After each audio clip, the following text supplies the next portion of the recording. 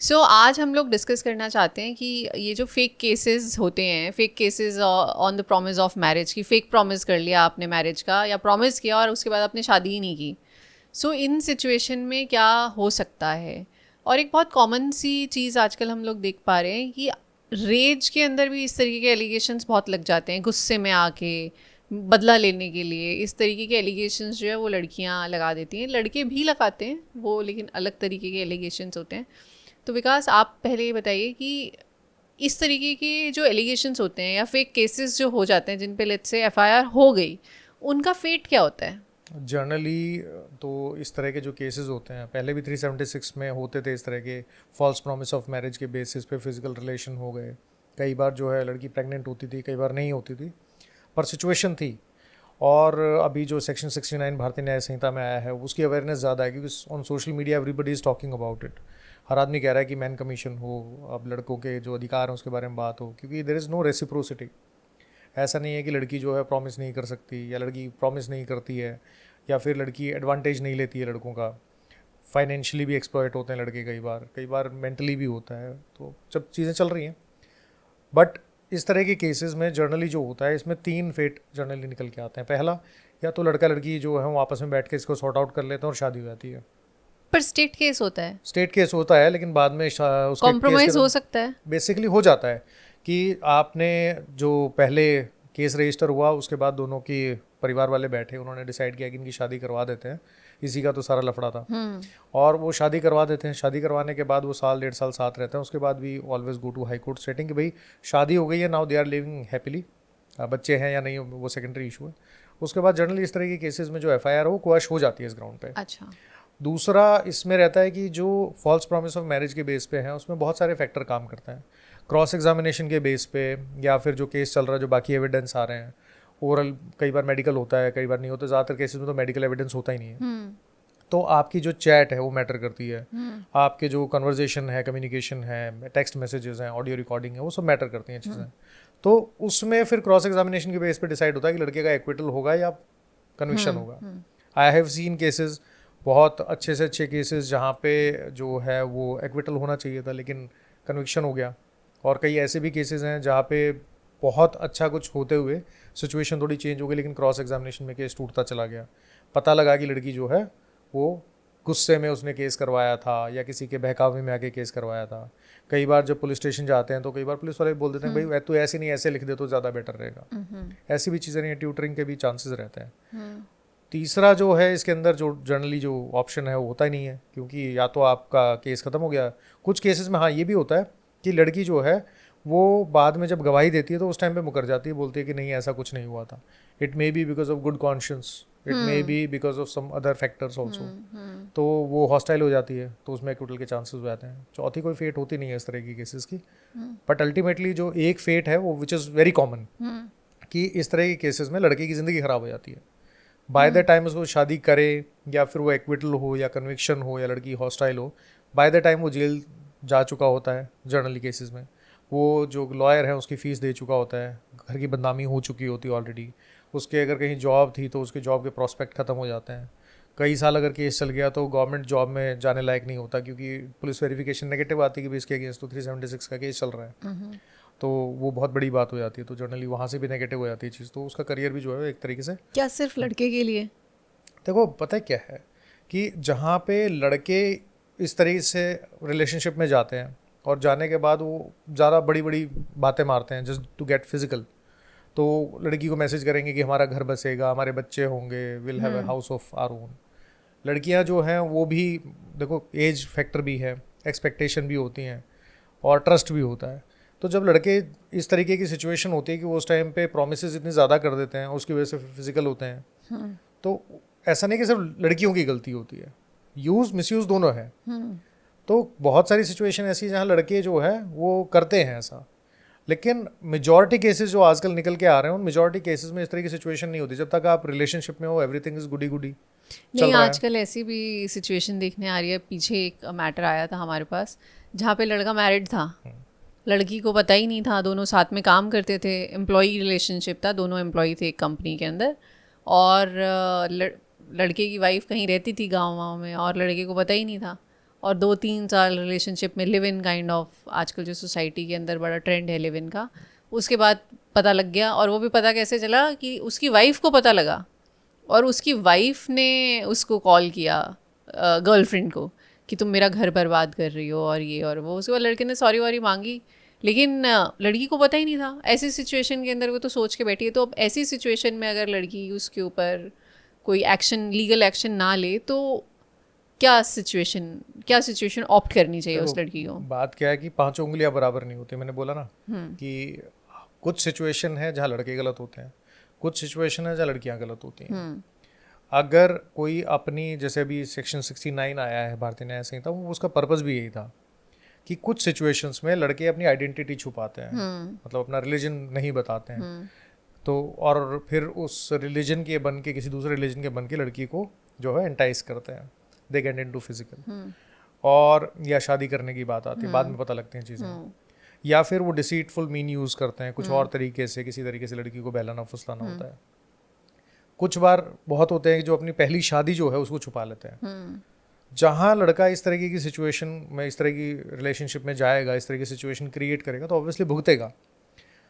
लेकिन इसके साथ में ना मैं ये देखना ज़रूरी होता है कि अगर इस तरह की सिचुएशन हो गई, अभी बॉम्बे हाई कोर्ट में केस आया, for 31 years they were in relationship. एक लड़की जो है किसी के यहाँ जॉब करती है और 1987 से उनका रिलेशनशिप है, और 31 ईयर्स बाद वो कंपनी बंद हो गई किसी रीज़न से, बीच में उनके फिजिकल चलते रहे, उसने ये भी बोला शादी की प्रॉमिस या जो भी था। लड़की ने 31 साल के बाद जो है FIR करवा दी। Now that FIR has been quashed by the high court, stating कि आप कैसे बोल सकते हो कि वो मैरिड है, आप उसकी रिलेशनशिप में जा रहे हो और 31 साल तक, थोड़ा मुश्किल है समझना। हाँ, तो पहला इंस्टिंक्ट तो ये होता है कि जैसे आपको पता लगे, तो भगवान ने ना हमें एक चीज़ दे रखी है, जिसे कहते हैं हम इंस्टिंक्ट या मन पावर। हाँ, कि इंट्यूशन हो जाता है। पहली बार जैसे ही आप थोड़ा सा भी किसी चीज़ में आगे बढ़ोगे, पहली बार में आपको पता लग जाएगा क्या सही है, क्या गलत है, क्या करना है, क्या नहीं करना। करना मुश्किल हो जाता है, लेकिन आप दिमाग लगाते हो, व्हाट इफ। उसके बाद आप कहते हो कि भाई घर के भी और रीज़न, जैसे जॉब वाली बात आ गई, तो वो चीज़ें आ जाती हैं। तीसरा, एक्सपेक्टेशन बहुत होती हैं कि भाई क्या पता ऐसा हो जाए। और चौथा, सेल्फिशनेस होती है कि मेरे को यहाँ रह के खुशी मिल रही है, ऑल तो थोड़े थोड़े से पिंच भी हो रहे हैं चीज़ें, लेकिन खुशी मिल रही है इसके साथ, तो you get into that tunnel, वो खाई में गिरते चले जाते हो। ये बिलीव करना मुश्किल होता है कि मेरे साथ भी ऐसा हो सकता है। ये तो हम टीवी में सुनते हैं, ये तो हम औरों के बारे में सुनते थे, लेकिन ये बिलीव करना मुश्किल होता है कि अच्छा मैं भी अब एक, चाहे लड़का हो चाहे लड़की, की हम भी विक्टिम हो सकते हैं। तो वो बात तो विक्टिम होने की नहीं है। विक्टिम तो जैसे ही आपको पहली बार में होगा पता लग जाएगा कि मैं विक्टिम हूँ अब इस टाइम पे, ये मेरे साथ गलत हो गया। लेकिन उसके बाद भी अगर आप उसी रास्ते पे दोबारा चल रहे हो, पहली बार आप गलती कर सकते हो, दूसरी बार अगर वही गलती करोगे तो आपका एक्सपीरियंस माना जाएगा, ठीक है। तीसरी बार भी वही गलती करोगे तो इसका मतलब वो आपकी आदत है।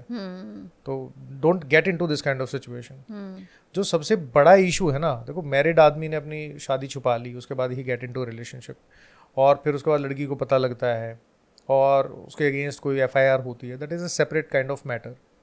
लेकिन इसका जो सबसे गलत नुकसान है, जो सबसे ज़्यादा नुकसान है, वो किसको भरना पड़ता है?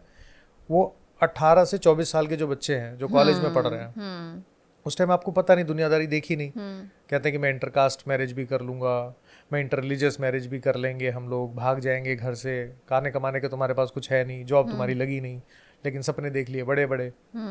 उनके साथ क्या होता है कि जब आप रिलेशनशिप में होते हो तो जितना प्यार उतना गुस्सा, और उस गुस्से के कारण जब FIR होती है, तो उस FIR होने के कारण उस एज में जो क्रिमिनल रिकॉर्ड तैयार हो जाता है, वो बहुत प्रॉब्लमेटिक सिचुएशन है। उससे निकलना बहुत मुश्किल होता है। अगर वो आप 24 साल के थे और वो 6 साल केस चल गया, तो बाय द टाइम आप बरी भी हो गए, वो 6 साल का जो टॉर्चर है जो आपने झेला, वो अपने आप में बहुत बड़ी सजा है। उस टाइम के बाद आप कुछ और करने लायक नहीं रहते हो। तो वो बहुत दिक्कत है ना। दूसरा क्या होता है कि लड़की तो एक बार अपनी गवाही दे के चली जाएगी, वो तो she is just a 1 witness, उसके अलावा बाकी 22 विटनेस होंगे, उनकी गवाहियाँ चलती रहेंगी। अभी मैं आई हैव 1 केस जो फाइनल आर्ग्यूमेंट पे लगा हुआ है। उसके अंदर क्या हुआ कि लड़का और लड़की जो एक जॉब कंपनी में जॉब करते थे, दे गॉट इनटू रिलेशनशिप, और बाद में किसी ना किसी वजह से, इंटरकास्ट होने की वजह से नहीं बनी, तो लड़के ने कहीं और शादी के लिए ओके कर दिया, लड़की को पता लगा, उसने यही इस तरह की FIR करवा दी। अब 376 की FIR होने के बाद लड़की तो चली गई इंडिया छोड़ के अपनी गवाही करके, लेकिन वो लड़का 8 साल से केस लड़ रहा है। 8 साल, और अभी भी वो 7 साल की जेल जो है उसके तलवार उसके गले पे लटकी हुई है। देखो आई अंडरस्टैंड कि कॉन्शियस का तो गेम है, होता ही है ना।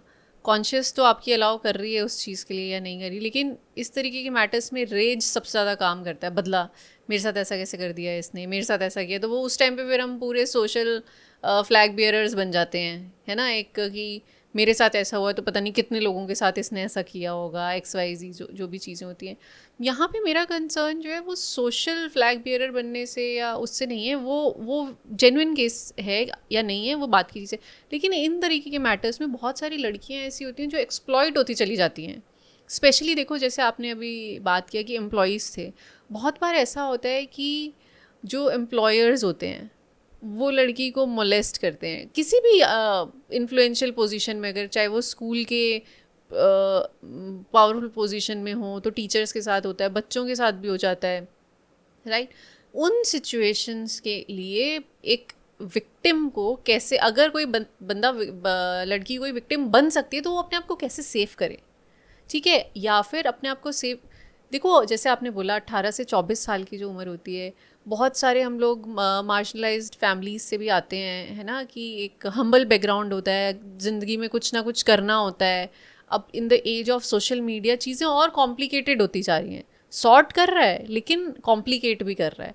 तो इन सिचुएशंस के अंदर चाहे वो लड़का हो, ऐसा नहीं है कि लड़के एक्सप्लॉइट नहीं होते, लड़के भी एक्सप्लॉइट होते हैं, ठीक है। तो ये मैं आपसे पूछना चाहूँगी, तो इस सिचुएशन में अपने आप को सेव कैसे करें, नंबर 1। और नंबर 2 चीज़ जो है वो है fake false promise of marriage. क्या ये लड़कियों के ऊपर भी एप्लीकेबल होता है? देखो पहली बात तो ये है कि सेव करना खुद को ना, in today's society it is quite difficult. आपको नहीं पता कि सामने किसी के मन में क्या चल रहा है, किस तरह की सिचुएशन चल रही है, कोई क्या एक्सपेक्ट कर रहा है और किस तरीके की रिप्रेजेंटेशन आपके सामने रखेगा। सोशल मीडिया पे fake profile banana is quite easy. आपको नाम चेंज करना, वो आइडेंटिटी प्रूफ तो मांगते नहीं है अगर आपने वेरीफाइड अकाउंट नहीं लिया है तो आप किसी के भी नाम से कुछ भी बना सकते हो, बात कर सकते हो। और एक फ़ोन एक ऐसी चीज़ है, रात को 12 बजे 2 बजे भी आप you get excited to talk to somebody. तो सेव करना जो अपने आप को सेफ्टी है वो थोड़ी सी आपके हाथ में ही है। जैसे ही आपको लगे, जैसे बच्चों की स्कूल में ट्रेनिंग होती है कि what is good touch and bad touch, तो एक वो चीज़ अलग हो जाती है क्योंकि वो पॉक्सो में आता है। अगर आप 18 साल से कम हैं, स्टूडेंट हैं, बच्चे हैं छोटे, उसमें लड़का लड़की दोनों विक्टिम है। किसी के साथ कोई भी गलत करेगा तो उसके अंदर सज़ा है। बट इसके अलावा जो रिलेशनशिप में जाते हैं, सेक्शन 69 क्या लड़कियों पे भी लग सकता है? भारतीय न्याय संहिता में सेक्शन 69 जो दिया है फॉल्स प्रॉमिस ऑफ मैरिज, उसमें विक्टिम जो है सिर्फ लड़की हो सकती है, लड़का इज़ नॉट अ विक्टिम। अगर लड़की किसी लड़के को प्रॉमिस करती है, बोलती है कि मैं तुझसे शादी करूंगी, उसके बाद दोनों जो है रिलेशनशिप में चले जाते हैं, फिजिकल हो जाते हैं, और लड़की चाहे अपनी आइडेंटिटी छुपा ले, अपना रिलीजन छुपा ले, कुछ भी कर ले, या लड़के से जो गिफ्ट्स वगैरह ले ले और उसके बाद जाके मना कर दे, तो लड़का जो है सेक्शन 69 में लड़की के अगेंस्ट जेंडर स्पेसिफिक सेक्शन है this is yes gender specific section. It does not consider men as victims. Wow, exactly, wow. तो there is no gender neutrality in this section. वो सिर्फ इसी चीज़ पे बनाया है कि लड़की के साथ अगर फॉल्स प्रॉमिस ऑफ मैरिज और फिजिकल रिलेशन हो गए तो भैया लड़का जो है वो 10 साल तक की जेल मस्ट उसको बी हो सकते हैं। लेजिस्लेटर्स ने कुछ सोचा होगा, मस्ट बी। तो क्या लड़के कहीं और उनको ये थोड़ा सा लिबरल व्यू रखा है लेजिस्लेशन ने, इस पीस ने, कि अगर लड़कों के साथ भी गलत हो रहा है तो वो कहाँ पे उस अप्रोच कर सकते हैं? देखो लड़कों के साथ डिपेंड करता है कि सिचुएशन क्या है, गलत क्या हो रहा है। अब जैसे मान लो कई बार मैं देखता हूँ कि लड़के जो हैं वो स्कैम का शिकार हो जाते हैं। हाँ। तो उस सिचुएशन में आप एक्सटॉर्शन में कंप्लेंट फाइल कर सकते हो, ब्लैकमेल हो रहे हो। अगर कोई लड़के की फेक प्रोफाइल बनाता है, उसको डिफेम कर रहे हैं, धमका रहे हैं, तो आप वही क्रिमिनल इंटिमिडेशन और जो डिफेमेशन है वहाँ पे जाके आप अपने राइट्स को इन्फोर्स कर सकते हो। ऐसे और भी चीज़ें हैं, लेकिन that depends upon the situation. लेकिन स्पेसिफिकली जो लड़की को राइट, अब मैं आपको एक एग्जांपल देता हूँ। एक लड़का और एक लड़की एक ही मेट्रो में जा रहे हैं, और लड़का जो है, अगर लड़का किसी वजह से लड़की के कपड़े फाड़ देता है तो उसके against there is a law कि 3 साल की उस पर जेल है। या लड़का लड़की को गाली दे देता है गंदी, तो उसके ऊपर 3 साल की जेल का प्रोविजन है। लेकिन अगर लड़की किसी लड़के के कपड़े फाड़ देती है या लड़की किसी लड़के को गंदी गालियाँ देती है उसी मेट्रो में, उसी जगह पे, उसी सिचुएशन में, तो लड़की के against there is no indecent behaviour, causing nuisance at public place, ये कहीं पे भी नहीं, या फिर जो हमारा पुलिस एडमिनिस्ट्रेशन सिस्टम है वो इस चीज़ को एक्सेप्ट नहीं करता, या फिर ये कि ये आप कह रहे हो कि लेजिस्लेशन ने हमें राइट्स ही नहीं दिए हैं लड़कों को? बहुत जगह लड़कों को कोई राइट ही नहीं मिला है, okay. There is no right. बहुत जगह राइट मिला है तो जो पुलिस डिपार्टमेंट है वो एक्शन नहीं लेता, सेंसिटिविटी का प्रॉब्लम है, सेंसिटिविटी का भी प्रॉब्लम है। सेंसिटाइजेशन। तीसरा क्या होता है कि जो ऑफेंसेस अगर लड़की सिमिलर सिचुएशन में लड़के के साथ करती है तो वो इतने ट्रिफलिंग इश्यूज माने जाते हैं कि उसके ऊपर कहते हैं कि एफआईआर करनी नहीं है, हंस देते हैं, है ना, लड़की से पिट के आ गया। हाँ, ये तो यहाँ पे मुझे ऐसा लगता है कि सेंसिटाइजेशन ऑफ पुलिस डिपार्टमेंट या पुलिस मशीनरी, मैकेनिकल मशीनरी, इसकी बहुत ज़्यादा ज़रूरत है ना। सेंसिटाइजेशन तो चल ही रही है, लेकिन सेंसिटाइजेशन जो है वो सिर्फ और सिर्फ फीमेल को लेके हो रही है। ये इस तरह के लॉ का मिसयूज़ कितना होता है, उसका एक एग्जांपल देता हूँ। एक रात को 1 बजे के आसपास कुछ लोग अपने घर से निकलते हैं, घर से थोड़ी दूर जाते हैं, सामने से दूसरी गाड़ी आती है, दोनों की गाड़ी टच हो जाती है। टच हो गई तो बाहर निकले, एक दूसरे से गर्मा गर्मियों को देख के चला ले और सो ऑन सो फोर्थ। जिसकी गलती थी, जो रॉन्ग साइड आ रहा था, उसके अगेंस्ट इन्होंने पुलिस में कंप्लेंट कर दी कि इसने आगे गाड़ी को टक्कर मारी है। नाउ दीज वर 2 गाइज, और वो अपनी वाइफ के साथ आ रहा है बंदा। इन्होंने जाके पुलिस के सामने कंप्लेंट डाली कि इसने मेरे साथ मारपीट भी की और ये रॉन्ग साइड भी आया, सो ऑन, सब चीज़ें हुई। और पुलिस वालों ने बोला कि भाई ठीक है, तुम्हारी कंप्लेंट ले लेते हैं। सामने वाले ने कंप्लेंट जो डालनी थी, उसकी वाइफ आगे आई, वो कहती कि इन दोनों ने मुझे छेड़ा था, इन्होंने मेरा हाथ पकड़ा, मेरा दुपट्टा खींच लिया, मेरी कमर में हाथ डाल दिया। ऑन द स्पॉट जो लड़के जिनकी गलती नहीं थी, जो अपनी लेन में चला रहे थे, वो लोग थाने में कॉम्प्रोमाइज़ करके सामने वाले को, क्योंकि उनकी गाड़ी ठोक दी थी, उनको पैसे दे के आए हैं। This is a sheer blackmailing. There are situations जहाँ ब्लैकमेलिंग होती है। जो चीज़ है, जो एग्जिस्ट कर रही है, उसमें ब्लैकमेलिंग तो होगी ना। तो गाड़ी टच हो जाए तो हाथ जोड़ के माफ़ी मांगे और चलते बने, गाड़ी से बाहर ना निकले, अगर गाड़ी से बाहर ना हाँ, निकले, माफ़ी मांगे, चलते बने, डैश कैम लगाएं। आई थिंक ये आप अपने वीडियोज़ में भी एडवाइस देते रहते हैं, हाँ। है ना। एक बहुत स्पेसिफिक क्वेश्चन मैं पूछूंगी और मैं चाहूँगी कि आप बहुत, चाहे कितना ही कड़वा हो, आप उसका स्पेसिफिक आंसर I'll करें। try. कॉरपोरेट वर्ड है आजकल, हर जगह, इवन लिटिगेशन के अंदर भी कॉरपोरेट हो गया है ना, स्कूल्स में भी कॉरपोरेट हो गया है, मतलब बिजनेस बढ़ाने के लिए कॉरपोरेट डिपार्टमेंट। और कॉरपोरेट के अंदर ये बोला जाता है कि बाय स्टिक और बाय रोज काम करवाना है। तो ऐसी सिचुएशन के अंदर एम्प्लॉई जो है वो बहुत हैरास होता है, ठीक है। एम्प्लॉई फीमेल भी होती है और मेल भी होता है, दोनों ही हरास होते हैं। मेल भी हरास होते हैं और फीमेल भी हरास होती है। मेल का कुछ अलग लेवल का हरासमेंट होता है, फीमेल का अलग लेवल का हरासमेंट होता है। कई बार फीमेल बॉसेस जो होती हैं वो मेल्स को फिजिकल फेवर्स देने के लिए आगे बढ़ एंटाइज करती हैं, लेकिन उनको जब लगता है कि ये तो मेरे उसमें नहीं आएगा, रैकेट में या वॉट एवर इट इज़, या इन्फ्लुएंस में नहीं आएगा, तो वो लोग उनका जो प्रोफाइल है वो ख़राब करना शुरू कर देती हैं कि काम टाइम पे नहीं कर रहे हो, डिसेंट बिहेवियर नहीं है, एथिकल नहीं हो, फलाना ढमकाना, है ना। तो इस सिचुएशन में मेल एम्प्लॉयज़ के लिए भी और फीमेल के लिए हम सबको पता है कि पॉश है, 100 चीज़ें हैं, आप झूठी करो सच्ची करो लेकिन एक्शन हो जाएगा। लेकिन फिर भी मैं स्पेसिफिकली आपसे पूछना चाहूँगी कि BNS, भारतीय न्याय संहिता, जो अब नया जो लॉ आया है, उसके अंदर क्रिमिनल चार्जेस कैसे लगा के आप बचा जा सकता है, क्या उसका प्रोसीजर आप ऑप्ट कर सकते हैं, दोनों मेल फीमेल दोनों के लिए? नहीं, किस तरह का, मैं समझा नहीं क्वेश्चन। बेसिकली अगर लड़की, अगर फीमेल बॉस मेल एम्प्लॉय को जो उनके इन्फ्लुएंस में है, हमारे कॉन्ट्रैक्चुअल लैंग्वेज में यूज़ होता है अनड्यू इन्फ्लुएंस, सो मेल एम्प्लॉयज़ के लिए क्या उसमें आप सजेशन या ओपिनियन देना चाहेंगे कि किन चीज़ों से वो टेक केयर करे? और फीमेल एम्प्लॉयज़ जो कि सेक्सुअल, कई बार तो फीमेल्स का इंटेंशन भी होता है, यार ठीक है कमर में हाथ ही तो लगाया है, क्या हो गया, प्रमोशन मिल जाएगी, ठीक है ना, करो, इधर से लो, इधर से प्रमोशन लेटर लो, छोड़ो और दूसरी जगह उससे सीनियर पोजीशन पे जाके ज्वाइन कर लो। लेकिन कई बार वो चीज़ होती है कि आपके कंट्रोल से बाहर निकल जाती है। अब आप उस सिचुएशन से कितना भी बाहर आना चाहो, आप बाहर आ नहीं पाते। ऐसी सिचुएशन के अंदर आप मेल एम्प्लॉयज़ और फीमेल एम्प्लॉयज़ को क्या बोलना चाहेंगे? देखो, पहले फीमेल एम्प्लॉयज़ की बात करते हैं। पहली बात तो ये है कि आप ये इस तरह का जो बिहेवियर है वो that is immoral, unethical and illegal, तीनों चीज़ें हैं। तो इसमें अगर किसी लड़की के साथ ऐसा हो रहा है कि उसके बॉस, उसके कुलीग या कोई साथ में दूसरा कोई एम्प्लॉई है जो उसके साथ सेक्सुअल एडवांसेस आगे बढ़ रहा है या छेड़खानी कर रहा है या कुछ ल्यूड जोक सुनाता है, कुछ फोटोग्राफ्स दिखाने की कोशिश करता है, ऑब्सीन वीडियोस या फोटोज भेजता है, जैसे ग्रुप में भेज देते हैं या व्हाट्सएप कर देते हैं, तो everything comes under the sexual harassment category. She can take action. तो वो कंपनी की जो पॉश कमेटी है वहाँ कंप्लेंट फाइल कर सकती है. If posh committee is not taking any action तो कंपनी के अगेंस्ट जो डायरेक्टली आपके जो गवर्नमेंट अथॉरिटी, कॉम्पिटेंट अथॉरिटी है, वहाँ पे जाके कंप्लेंट फाइल हो सकती है. अगर वो वहाँ पे भी नहीं जाना चाहती तो डायरेक्टली पुलिस में भी जा सकती है. और इस तरह के सिचुएशन में भारतीय न्याय संहिता में स्पेसिफिक प्रोविजंस हैं जिसमें 3-3 साल की जेल डेट लिखी हुई है. तो पुलिस इसमें एफआईआर करेगी, इन्वेस्टिगेट करेगी और that person will be brought to justice. Problem आती है लड़कों के साथ. लड़कों के साथ प्रॉब्लम ये आती है कि POSH does not consider the boys as victims.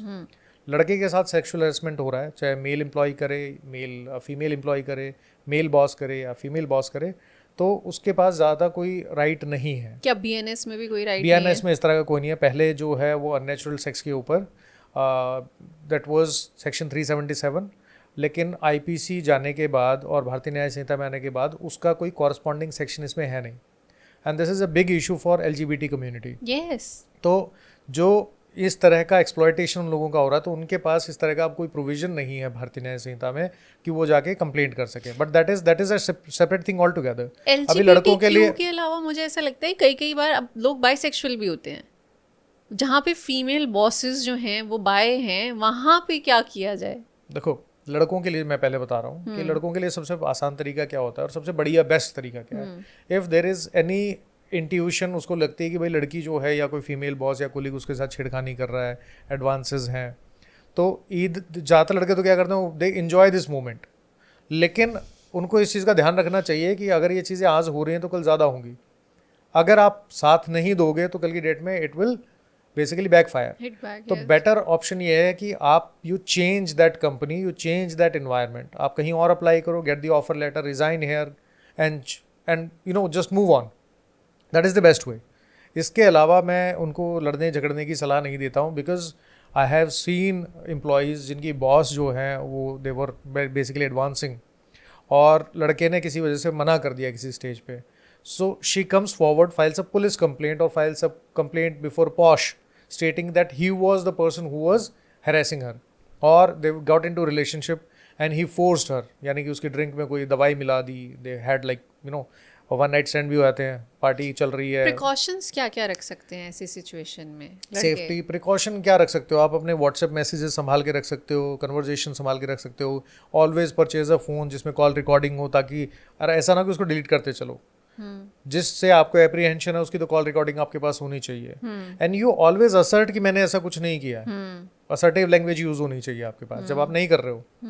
अगर आप ऐसा नहीं करोगे तो you will have no evidence, क्योंकि अगर कहीं ये प्रूव हो गया कि दोनों के बीच में फिजिकल रिलेशन था, कि अगर कहीं ये प्रूव हो गया कि दोनों के बीच में फिजिकल रिलेशन था और बाद में लड़की बोलती है कि आई डिड नॉट कंसेंट, तो लॉ ये मान के चलेगा कि देयर वाज नो कंसेंट. तो ये रिबट करना जो उसको प्रिजम्पशन को रिबट करना, that becomes a difficult situation for the guy.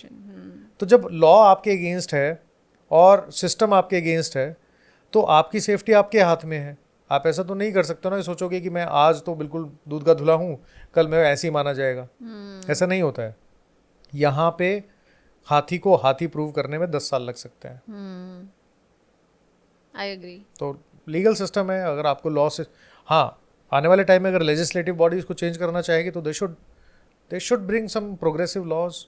और लड़कियों के लिए बाय बॉसेस भी होती हैं कभी कभी. ऐसा नहीं है कि सारे क्राइम लड़के ही करते हैं. नहीं, अगर किसी लड़की के अगेंस्ट कोई दूसरी फीमेल भी सेक्सुअल हरेसमेंट करती है तो लड़की उसके अगेंस्ट भी एक्शन ले सकती है. पॉश में भी ले सकती है और बीएनएस में भी स्पेसिफिकली वो ले सकती है. दोनों में अगर कोई बॉस है, फीमेल बॉस है and that she is advancing, कोई कपड़े फाड़ दे, छेड़खानी कर दे, since the girl is the victim, so the accused can be anybody.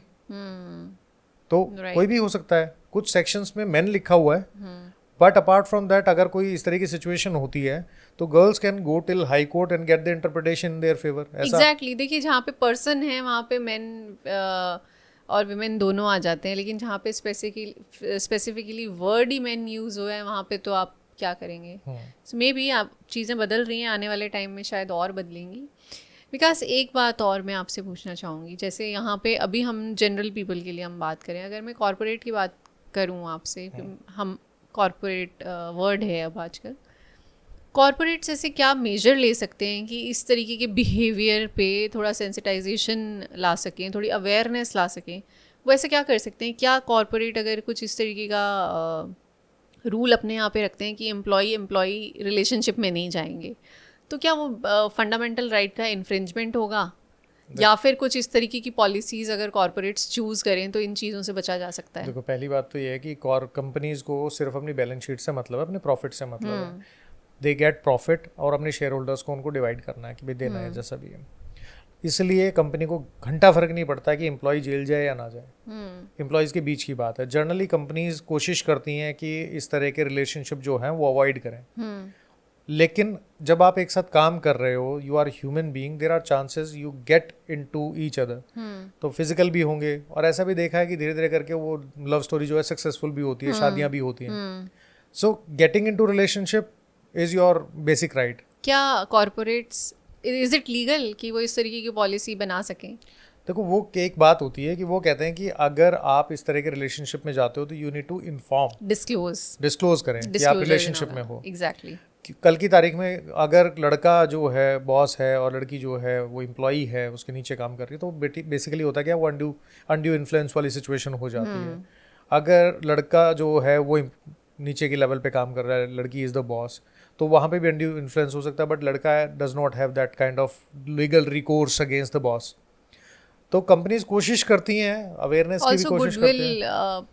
खराब ना हो कंपनी की, कल को अगर इस तरीके के मैटर्स हैं तो डिस्प्यूट भी तो इन्हीं मैटर्स में से आएंगे। कुछ नहीं होता, ज़्यादा से ज़्यादा क्या होगा कि लड़की ने कंप्लेंट की कि भाई उसके साथ इस तरह पॉश में कोई कंप्लेंट आ गई, तो क्या करेंगे, लड़के को ज़्यादा से ज़्यादा ट्रांसफर कर देंगे, टर्मिनेट कर देंगे। पॉश की कमेटी की जो इंक्वायरी है उसके बेस पे एफआईआर रजिस्टर करवाएंगे, या फिर जो एक्शन लेना पीनल एक्शन वो ले लेंगे।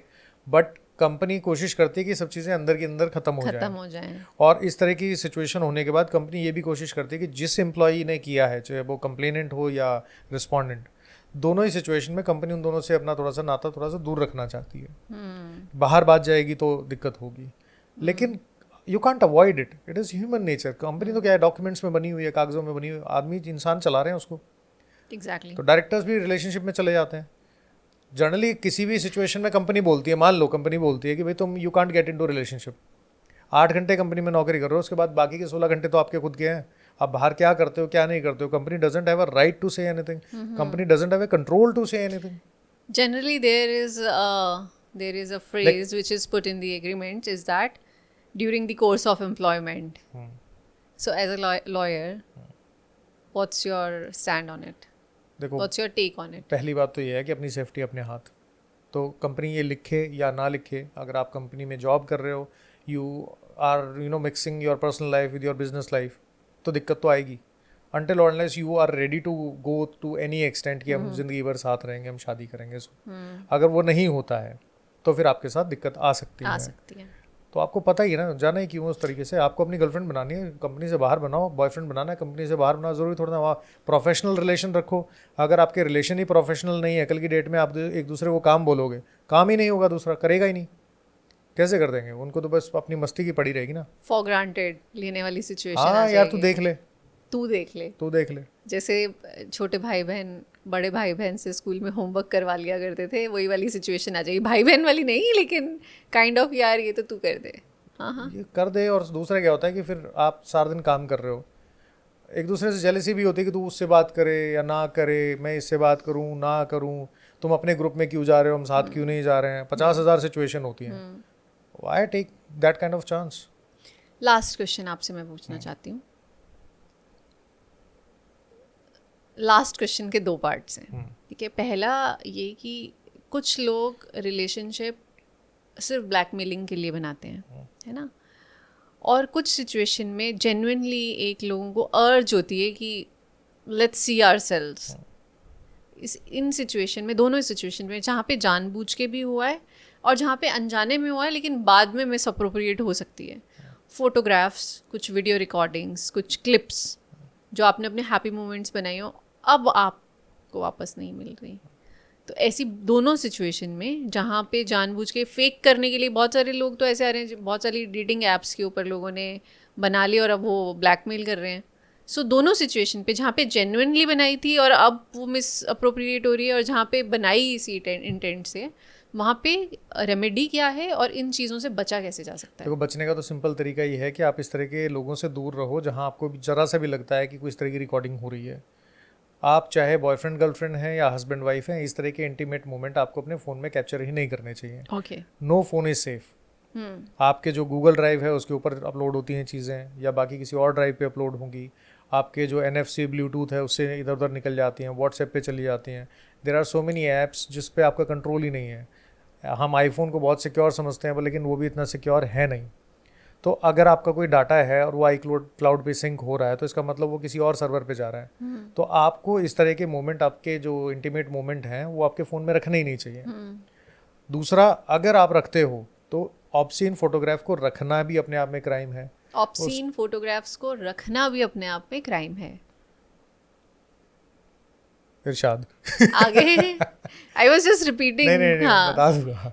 नहीं हटाना क्यों है? आई वाज जस्ट रिपीटिंग कि इट्स एम्फसाइजिंग ऑन दैट. अच्छा, इरशाद.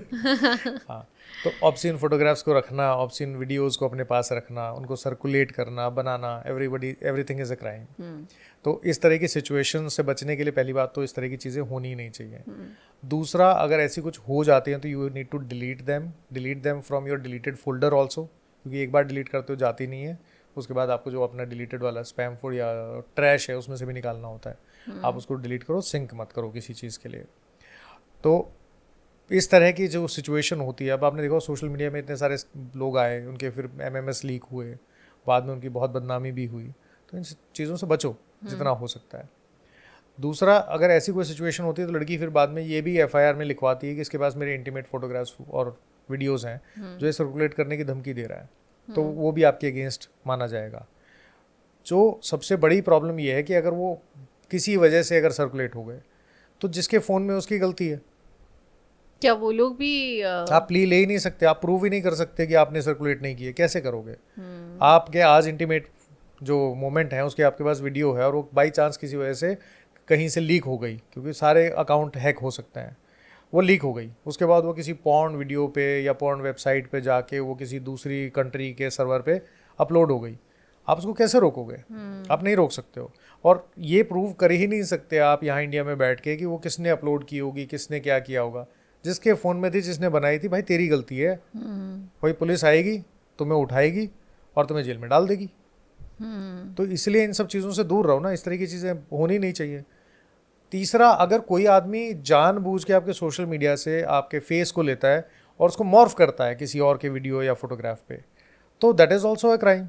आप उसके अगेंस्ट एक्शन ले सकते हो जैसे आपको पता लगे.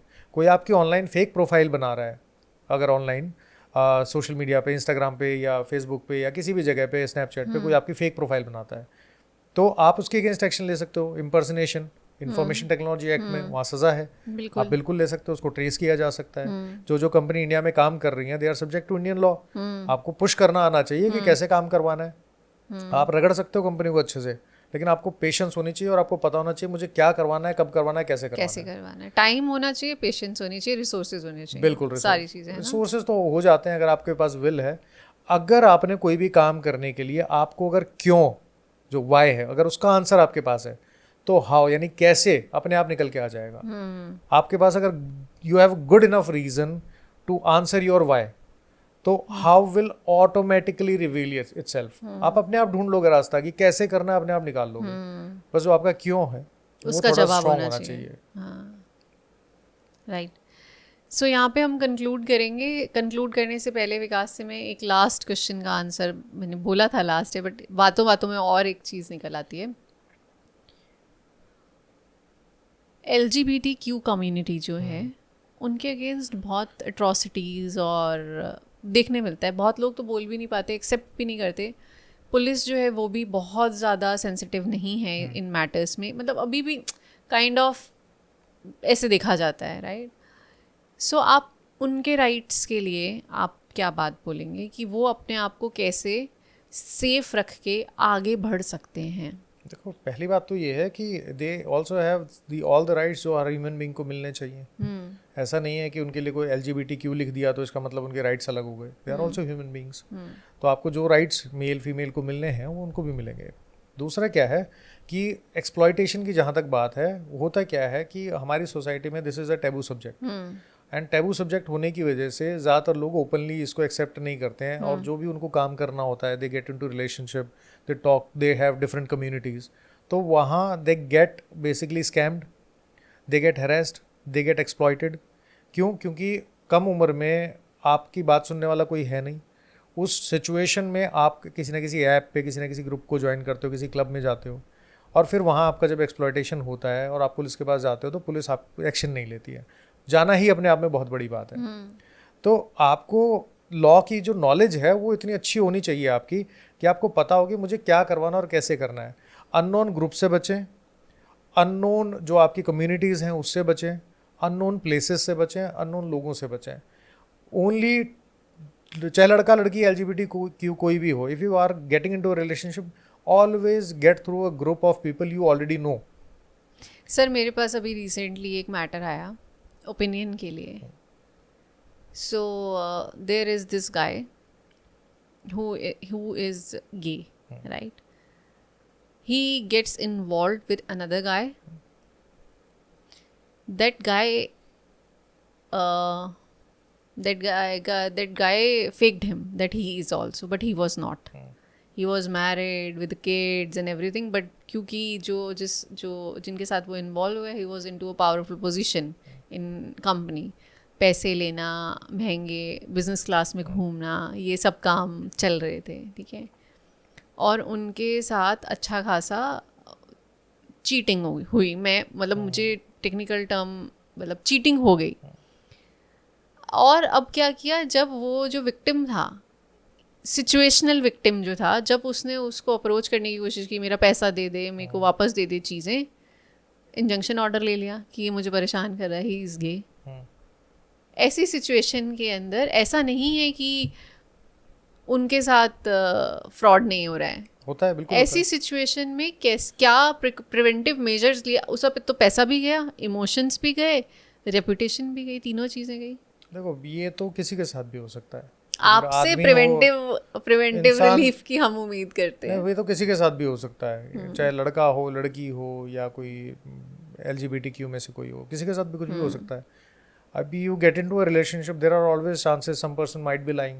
ऑब्वियसली आपको अपनी इंट्यूशन, गट फीलिंग, जो आपका मन है, जो मैं बार बार बोलता हूँ कि भगवान ने आपको एक मन दे रखा है, आपको पहले इंस्टेंट में पता लग जाएगा क्या सही है, क्या गलत है, क्या करना है, क्या नहीं करना है। उसके बाद जब अपना दिमाग उसके ऊपर लगाते हो, उसकी चटनी बनाते हो मन की, तब समझ में आता है कि यार ये तो गलत कर दिया मैंने, नहीं करना चाहिए था।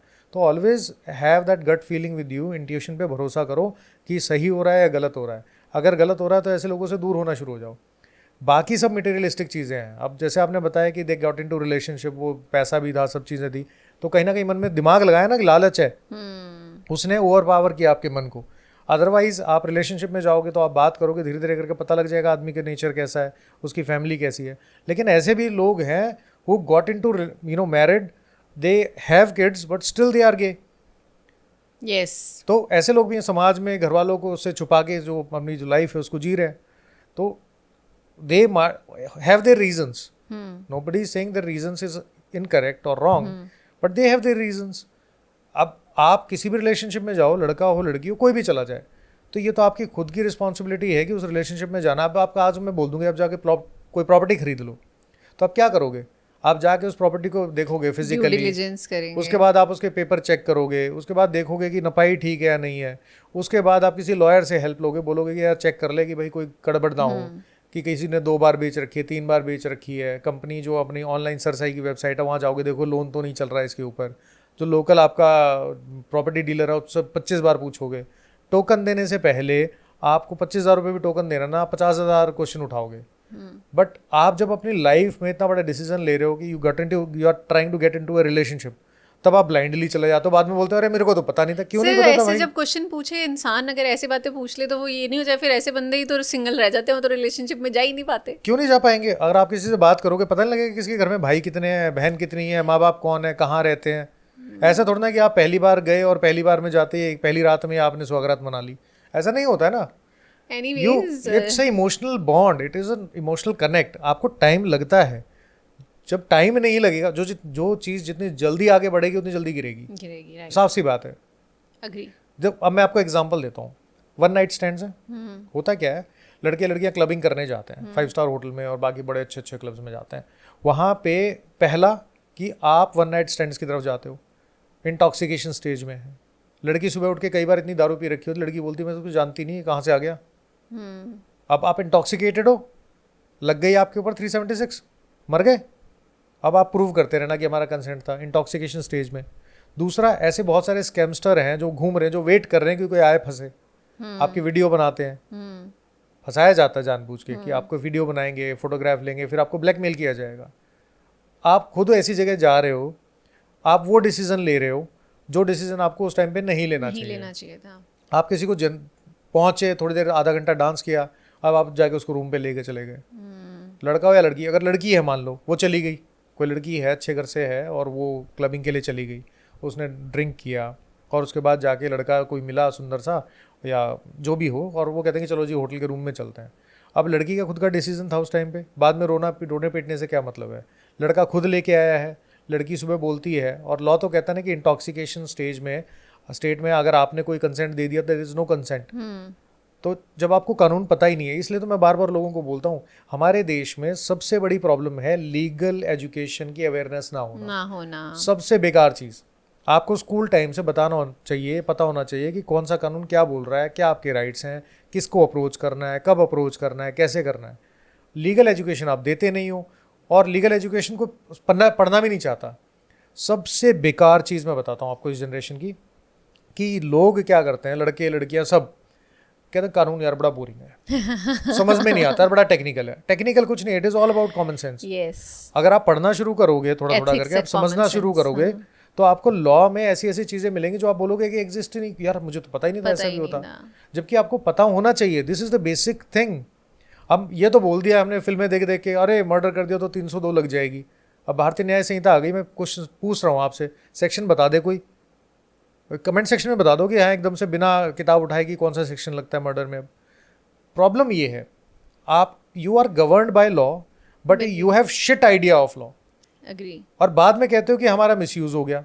अबे मिसयूज तो तुम्हारा होगा जब तुम्हें पता ही नहीं तुम्हारे राइट्स क्या हैं, तुम्हारी लाइबिलिटीज़ क्या हैं, तुम्हारी ड्यूटीज़ क्या हैं, तुम्हारी इंटाइटलमेंट क्या है, and what are the remedial features और remedial steps that you can take. तुम्हें पता ही नहीं है तो क्या करोगे। So I think we can say that जैसे कि कंज्यूमर प्रोटेक्शन एक्ट के अंदर एक बहुत सिंपल सा लॉ है, बायर बी अवेयर, है ना। सो ऐसे ही अब एक सिटीजन के लिए अगर उसके राइट्स कहीं इन्फ्रिंज हो रहे हैं, so they have to be aware about it. If I am not this is the law, वो कहता है consumer must be aware. yes, और कंज्यूमर अवेयरनेस पे काम चल रही है, लेकिन लाइफ अवेयरनेस पे कोई काम ही नहीं चल रहा है। Exactly. काम तो करो।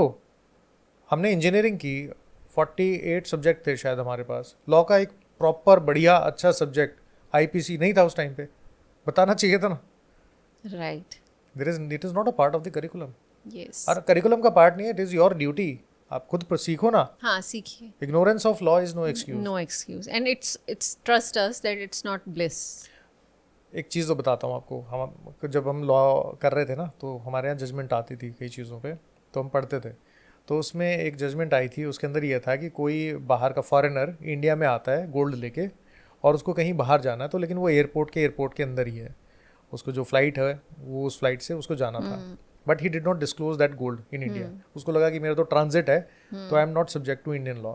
और वो सुप्रीम कोर्ट तक जाके उसने लड़ाई की, और सुप्रीम कोर्ट ने भी उस केस में ये बोला था कि if you are coming to India, you are subject to Indian law, you are bound by Indian law, you are supposed to disclose it, otherwise वो स्मगलिंग में कैलकुलेट होगा। हाँ। तो जब फॉरेनर के ऊपर ये एक्सपेक्टेशन है कि तुम इंडिया में आ रहे हो, तुम्हें इंडियन लॉ के बारे में पता होना चाहिए, तो तुम्हें जो बेसिकली जो इंडियन सिटीजन है उन लोगों को भी तो पता होना चाहिए ना कि इंडियन लॉ बोल क्या रहा है। बिल्कुल। घर में कुछ है नहीं, बाहर जाके ढिंडोरा पीटेंगे तो भाई काम तो चलेगा नहीं ना। और फिर उसमें ये बोल दिया जाता है that India is one of the most tough country to live और work in, which is absolutely not right. It is for the protection of its citizens. Laws are meant for the protection of its citizens. अगर एक जना कोई आपका right violate कर रहा है, तो कोई एक है जिसका राइट जो है वायलेट हो भी रहा है। बिल्कुल। Right, my right is subject my right is subject to your duty, or you can say that your duty is subject to my right.